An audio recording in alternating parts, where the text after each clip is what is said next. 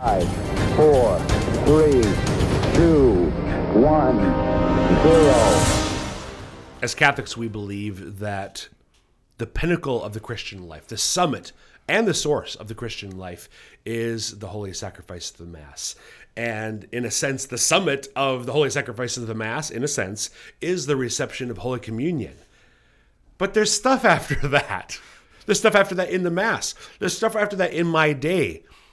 What difference does the reception of Holy Communion, what difference does the reception of Jesus Christ, body, blood, soul, and divinity in the Holy Eucharist concretely make the rest of Mass, the rest of my day, and the rest of my life? That's what we're going to be talking about today on Igntion. Welcome to the show. I'm your host, Dr. Chris Bergwald, and we want to set your faith ablaze so that you may live the adventure that comes from a relationship with Jesus Christ. Before we get into today's topic, we want you to know that we love listener feedback. So if you've got questions about today's episode or ideas for future episodes, please contact us. The easiest way to do so is by email, and the address is ignition@sfcatholic.org. Again, ignition@sfcatholic.org. No solo episode again this week. Solo episodes are, well, that one next week probably. But Traci Austin is back again this week. Hi, Tracy. Hello. You haven't changed your clothes in a week. Is everything okay? No, I just sleep here. Yeah. Well, you look stunning for having been in this room for a whole week. Thank you. What can I say? Would you mind introducing yourself to our viewing or listening audience? Yes. I'm a daughter of the diocese. I am newly married to my husband, Wesley. We're expecting our daughter in September. Oh, wow, that's soon. Wow. And I'm the Newman Club Director at Divine Mercy Pastorate in town here in Sioux Falls. Great. Remind me when your baby's due. September. You're going to leave it at that? Oh, 17th, I think. That's, I'm trying to 23rd forget. day. I don't want to make you go at the end of term. It's decided. ready to be done, but yeah, because it's Potter Pius feast day. That's why. I'm not sure what you were thinking. No other reason. There's no other reason. I am Chris Bergwald, Director of Discipleship Formation for the Diocese. Been in the role for, oh my gosh, almost 22 years. 22 years, September 1st. Role of husband for 25 years. Jermaine and I have been married. We have 5 kids: Elena, Carl, Noel, Alexia, and Mercedes. Great kids, gifts of God. So prayers for you and your little girl. Thank you. Quick aside. Yes. So I'm the oldest. I have 2 younger sisters. And I always, just because my own experience, I like the idea of our first being a boy. Because I'm the boy. But my father-in-law made a really good point. Girls, I don't know if you know this, Tracy, or not, but girls mature faster than boys. Really? It's true. It's true. It's I don't know if it's it's a fact of some sort, either sociological or physiological, some sort of scientific fact. That girls mature faster than boys, generally speaking. And so my wife's oldest sibling, her sister, Janine, is obviously Janine's a woman. So Janine was just a great help to the kids. Now, I know, I would like to think that I was helpful when my sisters came along, but I can see how, and so I was really happy when our first was Elena. Now, God's providence, I'm sure it would have been fine. Instead of Elena, we had Earl or whatever it would have been. I don't know any other boys' names that start with E. Ethan.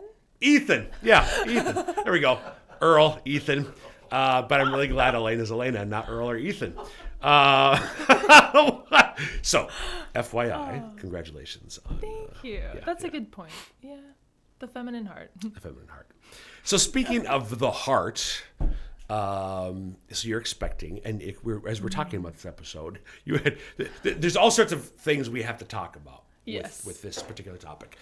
We had a fake open to the show in which I said, today we're going to talk about Eucharist stuff, because that's what it is. That's what it is. So talk a little bit about the genesis of this topic in your own mind, the conversations you've been having. Earlier this semester, my coworker Spencer and I were talking about, how do we lead a discussion with the students on how do you pray right after you receive the Eucharist? What's going on spiritually, even physically in your body? What's happening? And so that's been kind of rolling around in my head since earlier this school year. And then recently, I'm very blessed to be able to go to daily mass most days of the week. And recently, I've been trying to pray more of like, oh, and my daughter is here. And I just received the Eucharist. Lord, do stuff. I don't know. And I realized I didn't know what I was praying for or what I was allowed to pray for. Sure. And so I've kind of had this curiosity of, she's not baptized yet. She's in the womb. So there's like graces she'll receive in baptism. But she's at Mass. Yeah, That's incredible. Yeah. And she's within my body, and the Eucharist is within my soul and body. There's got to be something there. Right. And I know God's not limited by the sacraments, even though she's not, chomping on the Eucharist as well. So I've just been like fascinated and quite confused with the reality of what's happening. Which is okay. I just want to. We're gonna take a slight pause with this topic and go with what you actually just said. Do you remember what you just said? I have been fascinated and just a little bit confused, which is to me one of the best places for Christians to be. Oh, it's good to be confused. What happens when we're confused? We question. Yes, It's good to question. It's good to question, but the overall disposition. This is why the F word that you just used is so important. You're fascinated. So we're in this sort of, our disposition is, oh my gosh, this is amazing. I don't get it, but it's amazing. And so like we naturally, because we're fascinated, because we're in awe, we wonder, like, okay, I don't get this, but there's something here. So I want to noodle this. I want to ponder this. I want to think about this. So we just sort of naturally start to do just that. We ponder, we wonder, we consider, we contemplate, we think, we ask questions, we converse. And so that's to me why it's great to be fascinatingly confused or confusedly fascinated, either way, as Christians, because that's, to me, one of my favorite images is the idea of the Lord inviting us as we're living our lives, going on, and he calls us into the depths. So I don't know if you've this. I'm from Minnesota. You know what the state bird of Minnesota is? Traci Austin? The loon, the common loon. That's the by the book answer. Okay. But the real answer is the mosquito. The bird. Yeah, just quit pointing out the logical inconsistency in my little mosquitoes, right? This is not actually a mosquito, but we have these things in Minnesota. They're called lakes. They're large bodies of water. You may not be 10,000 or so. familiar with them. It's actually 15,000, but who's counting? There's these bugs, and so you've seen this, even if you're not from the fair state of Minnesota, that skim over the surface of the water, right? Yeah. You ever seen that? Like they don't break. They're so light they don't break this. The surface tension. Yes. They don't break the surface tension of water, so they skim across. And so often that's how I live my life. I skim over the surface. Yes. And every once in a while, the Lord is like a fish. I don't know. He stops me and he invites me into the depths. So to me, those moments, I'm fascinated and a little confused, are an opportunity for the Lord to invite deeper. Yes. So last episode I mentioned Dr. Scott Hahn, and Dr. Hahn in class would talk about when you're reading scripture and you come across what he called the holy It's like, huh? Wait, what? But it's holy, or can become holy, because that's a moment like, what? And that's a moment where the Lord is inviting us to stop skimming the surface and investigate, ponder, contemplate, dive a little deeper. So I love when we're in that, when we have those moments. To me, they're great opportunities for depth and grace. Yeah. So. I got very excited when you were talking about all of these things for several reasons. So we should. I want to go back just to we'll start with what you talked about. So you're expecting a little girl is growing within your womb. She hasn't been baptized yet. She's not literally chomping on the Eucharist, receiving Jesus in Holy Eucharist. But there's obviously physical proximity. Yeah. So I think there's a couple. One, we know that mere physical proximity in a sense, doesn't matter. I mean, there are a lot of people who were physically close to Jesus who were not transformed by him. Fair. Right? Yeah. But, two. So this little girl, in her case, your daughter, is in the womb of a woman who is, it's not just for you, it's not physical proximity. So as her mother, I do think that there is a way in which, as you're receiving the sacramental graces of the Eucharist, that there are actual graces that you are spiritually and, in a sense, theologians don't, in a sense, key phrase, spiritually and in a sense physically mediating to her as well. I mean, in the sense that she's physically proximate to you. So just as children, when they're born, they grow up, even my gesture right now, arms out, like in the context of a loving family, and that impacts them. I think similarly, when she's literally surrounded by her mother, and insofar as you are growing in your relationship with the Lord, that's going to redound to her own future sanctification. Right now, her own disposition spiritually to receive the graces. Generally speaking, even more so in my mind to when you receive Holy Communion at the Mass. That is, if nothing else, to me, I think it'd be fair to say that there are actual graces that are just completely, not just surrounding, but pervading her in being in the midst of her mother. This is really interesting. I don't know what I'm thinking. That's fine. So that's one thing. So you can ponder that if you have questions. But here's the other one of the other things that got me excited about this topic, because there's the context of you as a pregnant woman, a mom expecting her child, but also just as you said, for all of us, like, how do we pray when we go back, and how do we live the rest of our day? There's a 20th century theologian, a French Jesuit priest, father, and he was made cardinal under JP2, Henri de Lubac, Henri, the French pronounce him. Not ornery, Henri de Lubac, or however the French do it. Don't hold it against me, French speakers in the audience. Henri de Lubac.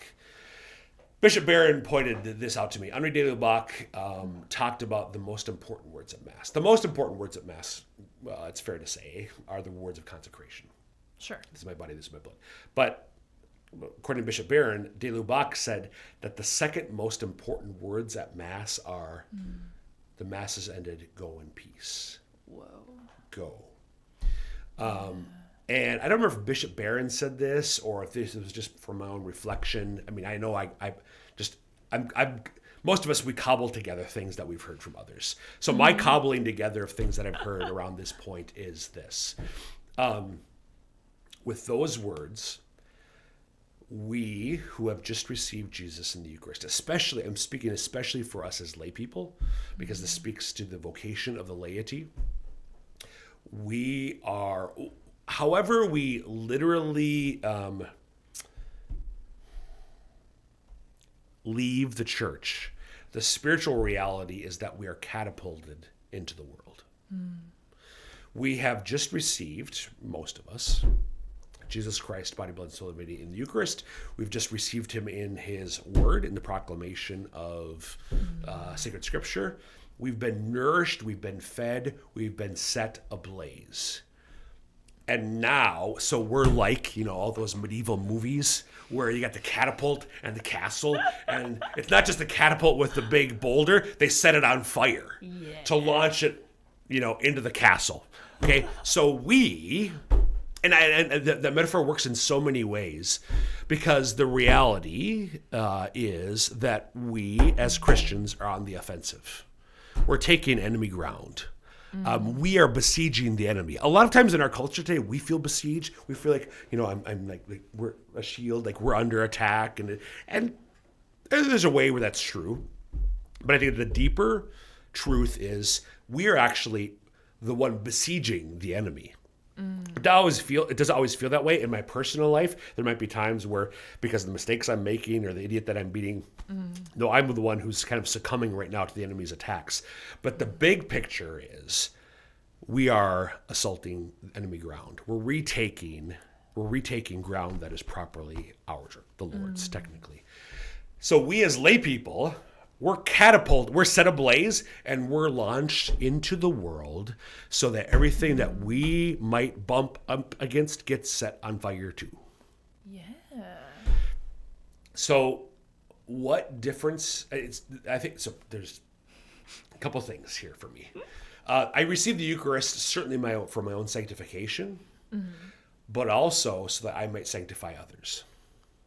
I received the Eucharist that I might draw closer to Jesus, who is literally, not just spiritually, but physically inside me, at least for several minutes, so that I might be sanctified by his literal presence within me.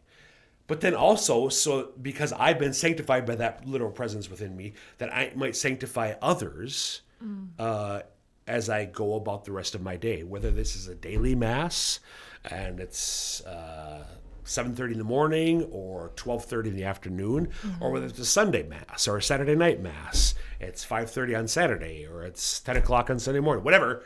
That the rest of my day, the rest of my week, the rest of my life, I have been set ablaze by the love of Christ, and I'm hopefully starting other fires in my life. Yeah.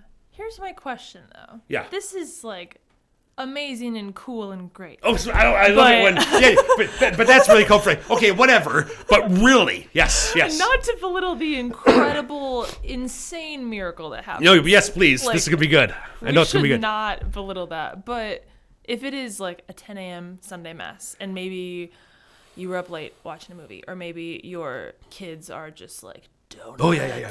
Time for a donut. Yeah. Like, as I'm leaving mass, either tired or overwhelmed or whatever, the last thing on my brain is, I am a flaming catapult right now. No, and I am the boulder, Yeah. setting ablaze everything I Yeah. touch. My thought is, coffee, please. And I want to be alone. There's so many people here. Oh, I want to sleep. Like, there's got to be something we can do in even those few minutes, like you said, at the end of mass. If there's usually silence, sometimes there's a little hymn. How do I approach those few minutes to dwell myself of like, wow, Jesus is changing me, and also like, Jesus prepare me for going out? Doesn't misa mean to be sent? Yeah. Like, the reason we're there is to leave. Like missile, as in a missile. way. It gets launched. We are spiritual ICBMs. But there's got to be something to the way we approach that, so that we don't forget that that a huge miracle just happened, that we're on the offensive, that we're like taking this world for Christ. Something happens by the time mass ends that I forget. And even daily mass is a little bit more like, oh, my parish where I always go, the pew where I always sit, walking the way I do, leaving, well, time for lunch. Like, something in my brain can kind of clock out because it's familiar. But it's like a earth-shattering miracle happening. Yep. I guess I don't want to lose that, and I don't think people want to lose that. So, like, how do we approach our demeanor when we have the Eucharist within us? So there are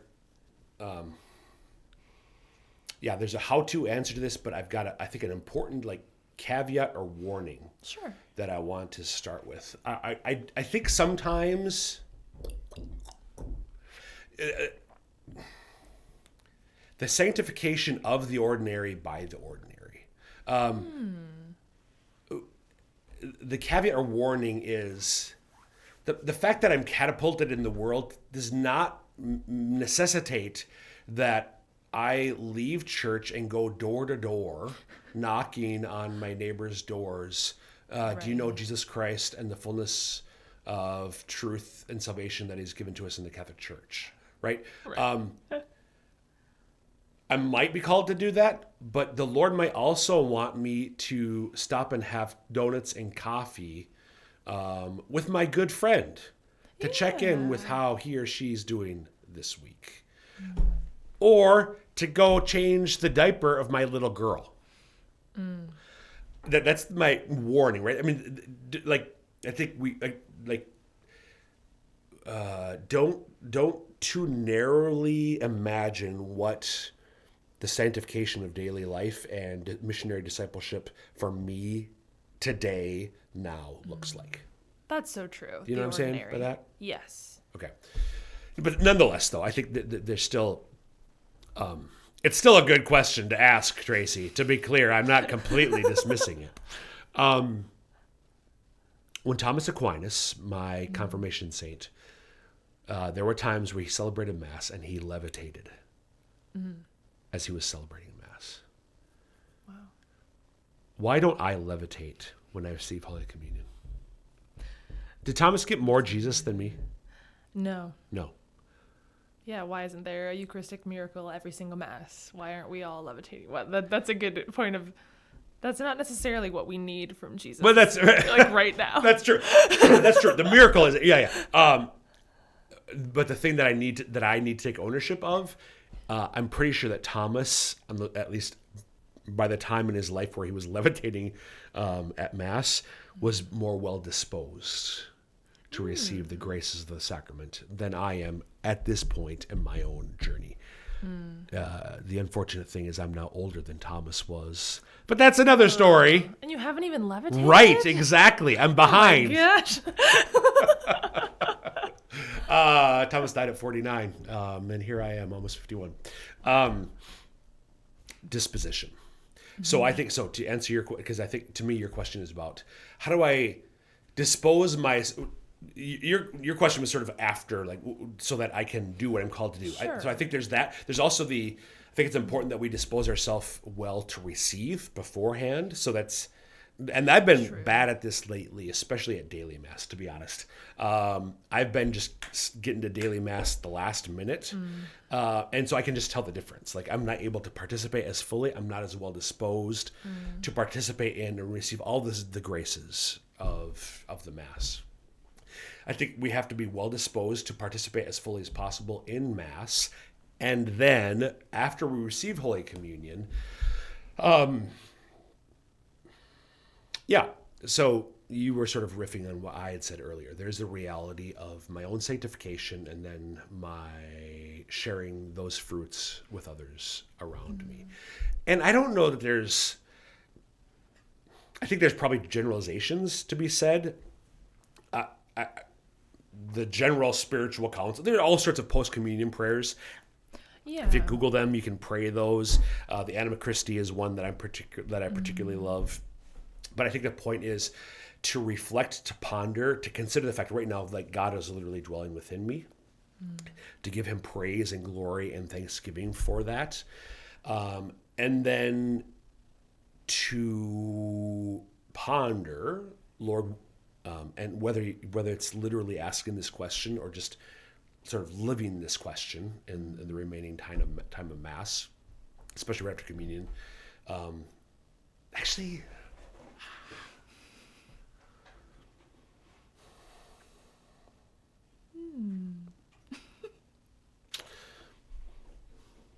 here's what I was going to say. Look, what do you want me to do with this? I don't think I do. I mean, right now, I'm not going to say. I might, maybe a future episode of Ignition. Maybe we'll talk about this again. But right now, no. Receive him. Okay, I've received him physically. Like, deepen that reception spiritually, and then trust that he's going to do what he's going to do. Right now I'm thinking there's sort of like, it's a very American pragmatic. I've got to calculate now my evangelical strategy for the rest of the day. How am I going to employ these spiritual gifts that I've just received to maximal benefit for the efficacious sanctification of those I encounter? No, that's so true. The second you said receive, dwell in that, trust the Lord, I immediately was like, even in asking this, there was something flawed in my question of, I want the step-by-step answer to perfectly go about my day. And that's not, I don't think that's actually my goal. I think I desire to be reminded that there is no step-by-step thing, that it is. And some days I will leave Mass and go, oh, I totally forgot. I totally forgot that was really God. I totally get clocked out. And other days I'll be like, how are we not running in the streets? This is amazing. But yeah, there is something in our humanity of just try to receive. And some days it's not going to be perfect. And also, what is perfect receptivity? I don't think it'll be the day you levitate. You're like, nailed it, got it. I'm done. But no, that simplicity of being able to receive. Because I guess if you would compare this as an analogy with a friend or a spouse or anything, you wouldn't say like, that was the perfect conversation with your wife. I perfectly listened. I perfectly loved her. I did it every day. Like, yes. We can't really measure that. I don't know. So I don't think we can do that with the Lord either. Of like, I did it. I'm done praying for the rest of my life because I nailed it. Yeah, exactly. Right. Yeah, I think, I mean, it's a relationship, right? I mean, this is a moment of literal communion. We call it Holy Communion for a reason. We're in union with Him. It's a profound moment. It's a moment of profound spiritual intimacy with our Lord. Allow it to be whatever He wants it to be. That's so true. And that's the same, I think we said this a few episodes ago, but the same concept of you wouldn't hang up after a phone call with your grandma and go, what a waste. We didn't really talk about anything serious. Exactly. Right. You go, I was with my grandma. It was lovely. We talked about the weather and literally nothing else. Yep. It was beautiful. Yep. Like, yeah, it was the Holy Mass. It was exactly what it was supposed to be. It was the Mass. Yep. That's so good. And that's all it needs to be. That's all it needs to be. And then He will, I think this is where we don't have time. Pope Francis in The Joy of the Gospel, something Neo-Pelagianism.